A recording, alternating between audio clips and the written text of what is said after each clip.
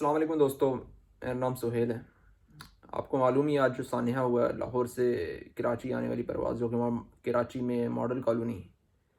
کے پاس گر کر تباہ ہو گیا جہاز۔ اللہ ہم سب کو اس سانحے کا غم برداشت کرنے کی توفیق عطا فرمائے، خاص طور پہ جو لواحقین ہیں، جو اس سانحے میں شہید ہوئے ہیں، ان کے رشتہ دار، اور اس کے علاوہ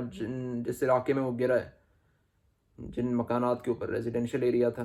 وہاں پر جو نقصانات ہوئے، اگر جن کی ابھی خبریں آ رہی ہیں، اگر ڈیتھ ہیں اس طرح، تو کیونکہ وہ تو اپنے گھروں میں بیٹھے ہوئے تھے، اچانک یہ آ کے المیہ پیش آیا اور یہ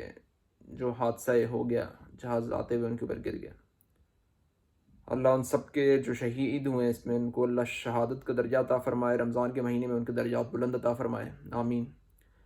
میں اس کو بار بار دیکھ رہا تھا، اس کو کافی دکھ کی کنڈیشن تھی، لیکن جو بات میرے ذہن میں آ رہی تھی وہ میں نے کہا آپ سے شیئر کروں کہ شاید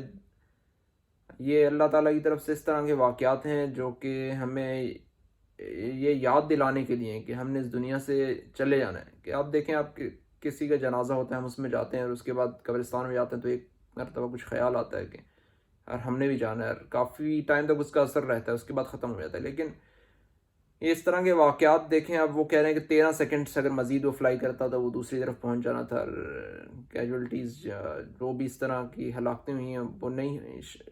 لوگ اس دنیا سے گئے ہیں، تو اس طرح کا حادثہ نہ رونما ہوتا۔ لیکن وہی دیکھیں آپ، 13 سیکنڈز کا گیپ، ہم اپنی پلاننگ میں تو کبھی رکھتے ہی نہیں ہے کہ ہم نے کراچی سے لاہور جانا، اگر مر گئے تو آپ دیکھو کوئی بھی ہے، اگر کسی کو کہہ دیں کہیں آپ جا رہے ہوں کہ اپنا سامان سفر آپ تیار رکھیں، کسی وقت بھی آپ کو ہم بلا سکتے ہیں، تو جو بھی بندہ ہے وہ ہمیشہ تیار رہے گا۔ لیکن اس دنیا میں ہم جو کام کر رہے ہوتے ہم تیار نہیں ہوتے کبھی بھی۔ مطلب میں یہی سوچ رہا تھا، یہ اللہ تعالیٰ کی طرف سے شاید پیغام ہے باقی لوگوں کے لیے، کیونکہ ہم لوگ ہمیشہ یہی سمجھتے ہیں کہ یہ ہمارے لیے نہیں تھا، یہ ان کے لیے تھا۔ لیکن وہ جب آنا ہوتا ہے، وہ جس کے اوپر آتا ہے، تو دوسرے لوگ بھی اسی طرح سوچ رہے ہوں گے کہ وہ جو بیٹھے ہوئے ہیں وہ بھی یہی سوچ رہے ہوں گے ہمارے لیے نہیں ہے، کسی دوسرے سانحے پہ۔ لیکن جب سانحہ ہوتا ہے تو وہ تو دیکھتا نہیں ہے کہ کون ہے کون نہیں ہے۔ بس یہی سوچ رہا تھا کہ جتنا ہو سکتا ہے انسان اپنی کوشش کرے اس دنیا سے تو چلے جانے آخرت کے لیے کا جو کچھ کر سکتا ہے انسان وہ کرے اپنے لحاظ سے، ایٹ لیسٹ، اور نہیں ہے تو امپرومنٹ کرنے کی کوشش کرے۔ دیکھیں اب وہ کہہ رہے ہوں گے باتیں کرنا تو آسان ہے، میں بھی باتیں کر رہا ہوں، لیکن جو ایک میرے ذہن میں خیال آ رہا ہے، بار بار آ رہا ہے، تو میں نے کہا آپ سے شیئر کروں کہ ایٹ لیسٹ انسان اس کو دیکھے، جتنا کر سکتا ہے، جتنا آپ کر سکتے ہیں امپرومنٹ ڈیلی کی بیسس پہ، جتنی بھی امپرومنٹ آپ کر سکتے ہیں وہ ایٹ لیسٹ کریں،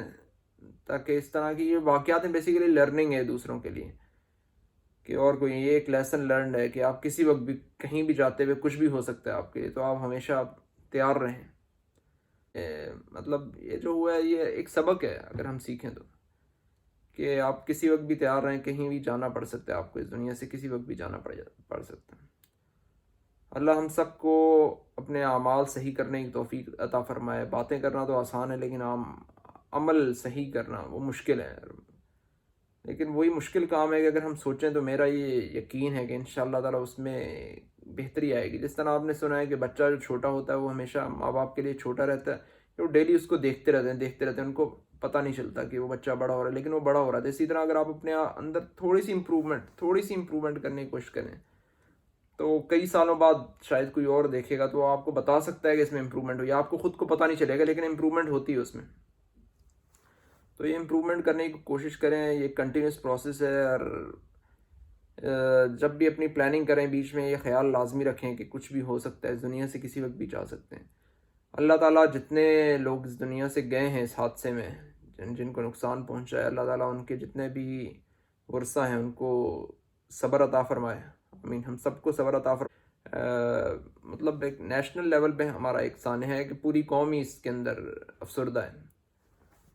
تو اللہ ہمارا حامی و ناصر ہو۔ اوکے جی، اللہ حافظ، السلام علیکم۔